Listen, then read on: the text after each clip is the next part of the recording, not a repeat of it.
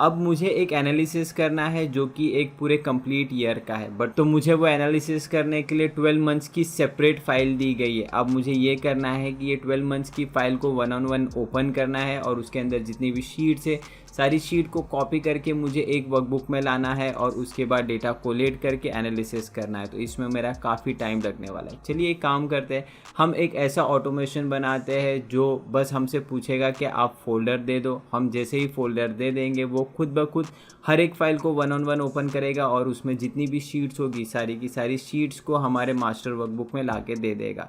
Hello दोस्तों, मैं नवाज आप सभी का वेलकम करता हूँ इस चैनल पर। जैसे कि हमने एक वीडियो अपलोड किया था जहाँ पे हमने एक ऐसा ऑटोमेशन बनाया था जो आपके एक वर्कबुक के अंदर के मल्टीपल शीट्स को कोलेट करता है या कंसोलिडेट करता है।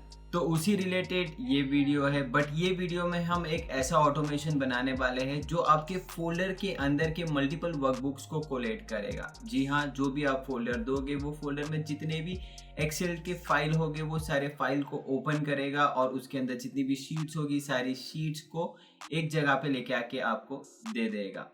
तो अगर आपको कोई भी क्वेरी हो या डाउट हो आप मुझे इस ईमेल एड्रेस पे मेल कर सकते हो या तो आप आपका मैसेज मुझे नीचे कमेंट बॉक्स में ड्रॉप कर सकते हो। आपको सारी की सारी फाइल्स जो हम यूज़ कर रहे हैं, आपको सारी की सारी फाइल्स या कोडिंग्स आपको नीचे डिस्क्रिप्शन बॉक्स में फाइल्स की लिंक मिल जाएगी। आप वहाँ से फ्री में डाउनलोड करके यूज़ कर सकते हो। अगर आपने इस चैनल को सब्सक्राइब नहीं किया है तो जल्द से जल्द इस चैनल को सब्सक्राइब कर लो ताकि आपको रेगुलर अपडेट्स मिलते रहे। तो चलिए बिना टाइम वेस्ट करे हुए हम अपने स्क्रीन पर चलकर इस चीज़ को समझते हैं। बस हमें एक क्लिक करना है, वो खुद ब खुद सारी चीज़ें का काम करेगा और जैसे ही आपका ऑटोमेशन कंप्लीट हो जाएगा उसके बाद बस हमें एनालिसिस करना है। तो जैसे कि आप देख रहे हो मैंने यहाँ पे एक डमी फोल्डर बनाया है जिसके अंदर 12 महीने की फ़ाइल प्लेस किया हूँ और मैंने एक वर्कबुक भी बना लिया हूँ जिसके अंदर हम प्रोसीजर्स क्रिएट करने वाले हैं। तो ये हमारी मास्टर वर्कबुक होगी, वर्कबुक कोलेशन, और इसके अंदर हम ऑटोमेशन का प्रोसीजर बनाएंगे और वो प्रोसीजर रन होते ही आपकी सारी की सारी वर्कबुक्स की फ़ाइल जो है ये शीट 1 के बाद आपको प्लेस यहाँ पे मिल जाएगी। तो चलिए एक काम करते हैं, हम जाते हैं VB एडिटर विंडो के ऊपर। तो मैं यहाँ पे Alt F11 दबा देता हूँ। अभी सबसे पहला हमारा काम है नया मॉड्यूल इंसर्ट करना। तो मैंने यहाँ पे मॉड्यूल भी इंसर्ट किया। उसके बाद हम एक प्रोसीजर डिक्लेयर करते हैं। तो मैं यहाँ पे दे देता हूँ सब कोलेशन अंडरस्कोर वर्कबुक। तो हमें बेसिकली जब भी हमें वर्कबुक को कोलेक्ट करने का काम करना होगा तो हमें ये प्रोसीजर रन करना होगा। तो चलिए उसके बाद सबसे पहला मैं कुछ चीज़ों को डिसेबल करूँगा। तो सबसे पहली चीज़ जो डिसेबल होने वाली है वो होगा आपका application dot display alert is equal to false. So basically मैं इस चीज़ को बंद इसलिए कर रहा हूँ ताकि मैं एक्सेल में ऑटोमेशन में कोई भी रुकावट नहीं चाहता हूँ और मैं ऑटोमेशन को ये बोलूँगा कि अगर बीच में कोई भी प्रॉम्प्ट मैसेज आ जाए तो तुम उसको अपने वे में डिफ़ॉल्ट वे में हैंडल करो। बिकॉज अगर मान के चले कोई भी प्रॉम्प्ट मैसेज आता है, जब तक यूज़र वो प्रॉम्प्ट मैसेज को क्लिक नहीं करता है या अपना व्यू नहीं बताता है कि आपको कौन से ऑप्शन से आगे बढ़ना है, तब तक आपका ऑटोमेशन फंसा रहेगा। तो हम वो नहीं चाहते। हम यहाँ पे ऑटोमेशन को ये बताएंगे कि आप डिफ़ॉल्ट वैल्यू के साथ आगे बढ़ो। इसी के लिए मैंने यहाँ पे डिस्प्ले अलर्ट को फॉल्स किया हूँ। अभी आपको ये भी ध्यान में रखना बहुत ज़रूरी है कि अगर आपने उस चीज़ को फॉल्स किया है तो ऑटोमेशन ख़त्म होने से पहले आपका जो फॉल्स हुआ है, जो बंद हुआ है, उस चीज़ को ऑन करना भी बहुत ज़रूरी है। तो मैं यहीं पे लास्ट लाइन के पहले ही लिख देता हूँ application dot display alert is equal to true. तो हमने फर्स्ट लाइन पे उस चीज़ को डिसेबल किया है और हमारा ऑटोमेशन एंड होने से पहले हम उस चीज़ को एनेबल कर दी। अब मैं और एक चीज़ को डिसेबल करने वाला हूँ, वो होगा आपका application dot screen updating is equal to false. अब ये क्या करता है, ये बेसिकली आपकी ऑटोमेशन को थोड़ा सा स्पीड अप करता है। तो बेसिकली आपका जो ऑटोमेशन क्या काम कर रहा है वो आपको स्क्रीन पे दिखाई नहीं देगा, आपको एक ही स्क्रीन दिखाई देगी। यूजुअली आप देखते रहोगे कि ऑटोमेशन रन होता है तो हमारी स्क्रीन जंपिंग करते रहती है, वो आपको बताती है कि आप ऑटोमेशन क्या कर रहा है। तो बेसिकली हम यहाँ पे उस चीज़ को डिसेबल कर रहे हैं ताकि हमारे ऑटोमेशन को थोड़ा सा स्पीड अप मिले और हमारा ऑटोमेशन थोड़ा फास्ट रन हो। तो जैसे कि मैंने इस चीज़ को भी डिसेबल किया हूँ तो मेरा ऑटोमेशन ख़त्म होने से पहले इस चीज़ को भी हमें क्या करना है, ऑन करना है। तो मैंने यहाँ पे ये चीज़ को भी ऑन कर दिया हूँ। चलिए अब तीसरी चीज़ जो मैं यहाँ पिक्चर पे ले रहा हूँ उस चीज़ में मैं बोलूँगा कि मैं यहाँ पे एरर हैंडलिंग को पिक्चर में ले रहा हूँ। तो मैं यहाँ पे यूज़ कर रहा हूँ ऑन एरर रिज्यूम नेक्स्ट का। तो मैंने यहाँ पे एरर हैंडलिंग को भी पिक्चर में ले लिया हूँ। ठीक है, अब इसके बाद हमारा काम है कि हम यहाँ पे कुछ वेरिएबल्स का यूज़ करने वाला है। तो सबसे पहला वेरिएबल जो होगा मेरा यहाँ पे मैं यूज़ कर रहा हूँ डिम फोल्डर पाथ। तो मैं यहाँ पे पहला वेरिएबल यूज़ कर रहा हूँ कि फोल्डर पाथ। अब मैं यहाँ पे आपका एप्लीकेशन ऑब्जेक्ट का यूज़ कर रहा हूँ जो कि है आपका फाइल डायलॉग। तो मैं यहाँ पे एप्लीकेशन ऑब्जेक्ट का यूज़ कर रहा हूँ। उसके बाद मैं sh यूज़ कर रहा हूँ। अब यहाँ पे भी मैं यहाँ पे वर्कशीट ऑब्जेक्ट का यूज़ कर रहा हूँ बिकॉज हम इसके अंदर वर्कशीट को असाइन करने वाले हैं। उसके बाद मेरे को और कुछ वेरिएबल्स लगने वाले हैं जैसे कि फ़ाइल नेम। तो मैंने यहाँ पे फ़ाइल नेम दिया और मैं यहाँ पे यूज़ कर रहा हूँ स्ट्रिंग का डेटा टाइप। उसके बाद और एक वेरिएबल का यूज़ करूँगा जिसका नाम होगा एस आइटम और उसके अंदर भी मैं स्टोर करूँगा स्ट्रिंग को। तो हमने यहाँ पे जितने भी हमें वेरिएबल्स की ज़रूरत है हमने यहाँ पे डिक्लेयर कर दिया है।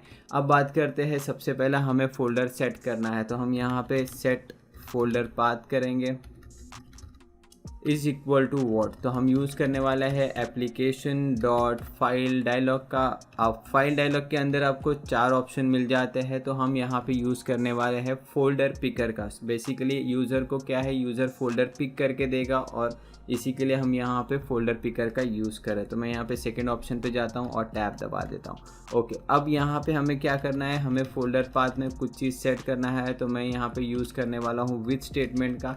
तो मैं बोलूँगा विथ फोल्डर पाथ। सबसे पहला हम यूज़ करने वाले हैं टाइटल का, ताकि आपका टाइटल पढ़ के यूज़र को समझ में आए कि बेसिकली करना क्या है। तो हम यहाँ पे डालने वाले हैं टाइटल में प्लीज़ सेलेक्ट फोल्डर। तो बेसिकली ये आपका टाइटल होगा। उसके बाद हम यहाँ पे इनिशियल फाइल नेम में यूज़ करने वाले हैं एप्लीकेशन डॉट डिफ़ॉल्ट पाथ का। ओके, उसके बाद हम यहाँ पे कुछ चेक कंडीशन को भी पिक्चर में लाने वाले हैं। तो हम यहाँ पे बताने वाला है if dot show is not equal to -1, then क्या करो, देन गो टू बोलूँगा मैं नेक्स्ट कोड। अब ये जो नेक्स्ट कोड है ये क्या है, ये आपका एक लेबल आइटम है बेसिकली। अब ये जो लाइन आप पढ़ रहे हो if dot show is not equal to -1, इसका मतलब ये है, देखिए बेसिकली आप जब भी ये ऑटोमेशन को रन करेंगे तो एक ओपन विंडो आएगा जिसमें आपसे मांगा जाएगा फोल्डर का पाथ दो। तो ओपन विंडो में आपके पास मल्टीपल ऑप्शन होते हैं कि आप सेलेक्ट करके ओपन दबा दो। उसके बाद आपका कैंसिल ऑप्शन भी होता है, ऊपर क्लोज ऑप्शन भी होता है और कभी कभार बंदे एस्केप भी दबाते हैं। इसका मतलब हमें वो ऑप्शन नहीं चाहिए। तो बेसिकली ये जो आपका लाइन लिखी गई है, हम ये चेक करने वाले कि कहीं यूज़र ने कैंसिल, क्लोज या एस्केप दबाया है क्या। बिकॉज अगर यूज़र ने कोई फोल्डर का पाथ दिया ही नहीं है तो हमें ये ऑटोमेशन रन ही नहीं करना है। हम डायरेक्टली नेक्स्ट कोड लाइन पे जंप करके ऑटोमेशन को ख़त्म कर देंगे। तो देखिए ये नेक्स्ट कोड लाइन जो है मैं एट दी एंड यहाँ पे डिफाइन करूँगा। तो मैं यहाँ पे ये नेक्स्ट कोड लेबल डाल देता हूँ ताकि जब भी यूज़र ने कैंसिल, क्लोज या एस्केप दबाया तो डायरेक्टली ऑटोमेशन ये लाइन पे आएगा। और ये लाइन के बाद हम क्या बताने वाले हैं कि एक काम करो सेट, हम यहाँ पे डालेंगे folder path is equal to nothing डाल देंगे और बाद में क्या कर दो, अब यहाँ पे ऑटोमेशन को एंड कर दो। ओके, अगर मान के चलिए यूज़र ने फोल्डर पाथ को सेलेक्ट करके ओपन दबाया है तो उसके बाद हमें क्या करना है। तो उसके बाद हम ये करने वाले हैं कि हमने जो एस आइटम बताया था, एस आइटम के अंदर वो URL को सेट कर देंगे। तो हम बताएंगे S item is equal to dot selected items और हम पैरेंथेसिस के अंदर 1 डाल देंगे। ओके, तो बेसिकली ये लाइन पे क्या हो जाएगा, जो भी URL होगा वो फोल्डर का वो आपके एस आइटम के अंदर सेव हो जाएगा। उसके बाद हम यहाँ पे जैसा विथ स्टेटमेंट ओपन किए थे तो हम यहाँ पे क्या करेंगे, एंड विथ कर देंगे। उसके बाद हम एस आइटम के साथ कुछ मैनिपुलेशन करने वाले। तो देखिए जब आप वर्कबुक ओपन बोलते हो तो वर्कबुक ओपन में आपको एक पाथ देना होता है जो कि कंप्लीट पाथ होता है फोल्डर के नेम के साथ, उसके साथ बैकस्लैश के साथ आपका फाइल नेम विथ एक्सटेंशन आपको कंप्लीट देना होता है, तभी जाके आपकी वर्कबुक ओपन होती है। तो एस आइटम में सिर्फ फोल्डर नेम तक का आता है। तो अभी हमें फोल्डर नेम में हमें बैकस्लैश भी लगाना है और हम फाइल नेम के अंदर फाइल नेम विथ एक्सटेंशन लेंगे। तो ये लाइन के बाद मैं एस आइटम को रीअपडेट करूँगा। तो मैं बताऊँगा S item is equal to आपका एट प्रेजेंट जो एस आइटम है उसके साथ में मैं कॉन्केट करने वाला हूँ बैकस्लैश को। उसके बाद हम यहाँ पे फाइल नेम भी पिक करना है।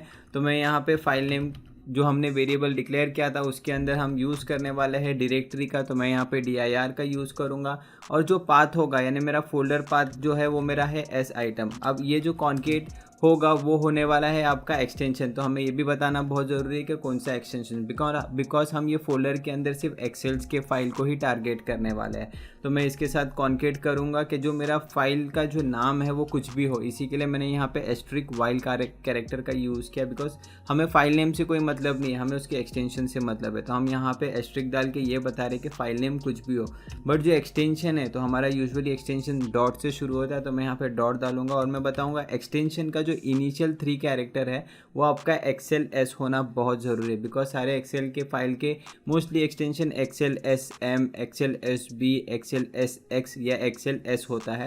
तो हम यहाँ पे एक्सेल एस जो है ये पक्का रखने वाले, और उसके बाद वापस से हम एक एस्ट्रिक का यूज़ करेंगे जो कि वाइल्ड कार्ड कैरेक्टर है, बिकॉज एस बी भी हो सकता है, एस एम भी हो सकता है या एस एक्स भी हो सकता है। तो हम इसी के लिए यहाँ पे भी वाइल्ड कार्ड का यूज़ करेंगे। अभी हमने यहाँ पे फाइल नेम भी लेके आ गए हैं। उसके बाद हमें क्या करना है, उसके बाद हम यहाँ पे डू वाइल लूप का यूज़ करेंगे। तो मैं यहाँ पे बोलता हूँ do while file name is not equal to blank. हमें जब तक लूप रन करना है, जब तक इस फोल्डर में फाइल का नेम जो है वो ब्लैंक नहीं होता है तब तक।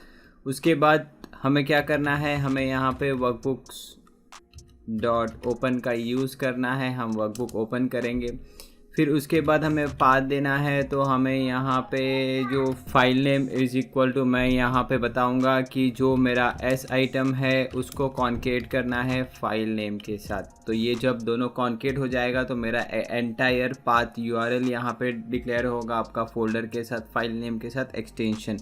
उसके बाद हम यहाँ पे ये जो फाइल जितनी ओपन होने वाली है, हम ये सारी की सारी फाइल्स जो है ये रीड ऑनली मोड में ओपन करेंगे। तो मैं यहाँ पे बोलता हूँ read only is equal to true यहाँ पे। ओके, अब जैसे ही वर्कबुक ओपन हो जाए तो उसके बाद मैं यहाँ पे क्या करने वाला हूँ, मैं यहाँ पे और एक लूप रन करवाऊँगा जो कि वर्कबुक के अंदर जितनी भी शीट्स है वो सारी शीट्स में लूप करेगा। तो मैं यहाँ पे बोलने वाला हूँ for each S H in बोलने वाला हूँ जो आपकी एक्टिव वर्कबुक है, यानी जो अभी प्रेजेंटली वर्कबुक ओपन हुई है वो वर्कबुक के अंदर जितनी शीट्स है उसमें हमें यहाँ पे लूप को रन करना है। और फिर हम क्या करने वाले हैं, हम यहाँ पे एसएच को कॉपी करेंगे, यानी जो एट प्रेजेंट लूपिंग में जो एट प्रेजेंट आपकी एक्टिव शीट होगी वो शीट होगी आपकी कॉपी, और हम यहाँ पे बोलने वाले हैं आफ्टर। अब ये बताना ज़रूरी है कि ये कॉपी होने के बाद ये कहाँ पे पेस्ट होने वाली है। तो मैं यहाँ पे बोलूँगा कि दिस वर्कबुक कौन सी है, ये जो हमारी मास्टर वर्कबुक है जिसके अंदर ये प्रोसीजर लिखा जा रहा है। तो मैं वो बता रहा हूँ कि दिस वर्कबुक डॉट, मैं बता रहा हूँ जो शीट्स है, कौन सी शीट, जो फर्स्ट पोजीशन की शीट है आपको उसके बाद ये जो अभी एट प्रेजेंट शीट होगी उसको पेस्ट करना है करके। ठीक है, अब ये आपका लूप कॉपी पेस्ट करेगा तो हमें यहाँ पे हम बताएंगे नेक्स्ट, बताएंगे यहाँ पे जो आपका फॉर ईच लूप है वो यहाँ पे नेक्स्ट रन होगा, बिकॉज हमें यहाँ पे शीट्स के अंदर लूप करना है। उसके बाद जैसे ही ये आपका शीट सारा का सारा कॉपी पेस्ट हो जाएगी, फिर हमें क्या करना है, वर्कबुक्स को क्लोज भी करना है। जो अभी प्रेजेंट वर्कबुक ओपन हुई थी तो हम यहाँ पे बताएंगे वर्कबुक कौन सी, जो फाइल नेम है वो वर्कबुक को आपको क्या करना है, वो वर्कबुक को आपको क्लोज़ करना है। अब ये जैसे ही क्लोज़ होगी उसके बाद हमें ये स्टेटमेंट लिखना बहुत ज़रूरी है। हम क्या करने वाले हैं, फाइल नेम जो है वापस से उसको रीअपडेट कराएंगे, और आपको ये स्टेटमेंट डालना बहुत ज़रूरी है, तभी जाके आपका जो फाइल नेम है वो चेंज होगा लूपिंग में। तो हम यहाँ पे एट दी एंड जो अपना हमारा डू वाइल लूप ख़त्म होने से पहला बताएंगे file name is equal to directory, और हम यहाँ पे ब्लैंक डाल देंगे। और उसके बाद हम यहाँ पे क्या करेंगे, हम यहाँ पे लूप करवाएंगे, जो हमारा डू वाइल लूप है हम यहाँ पे लूप करवाएंगे।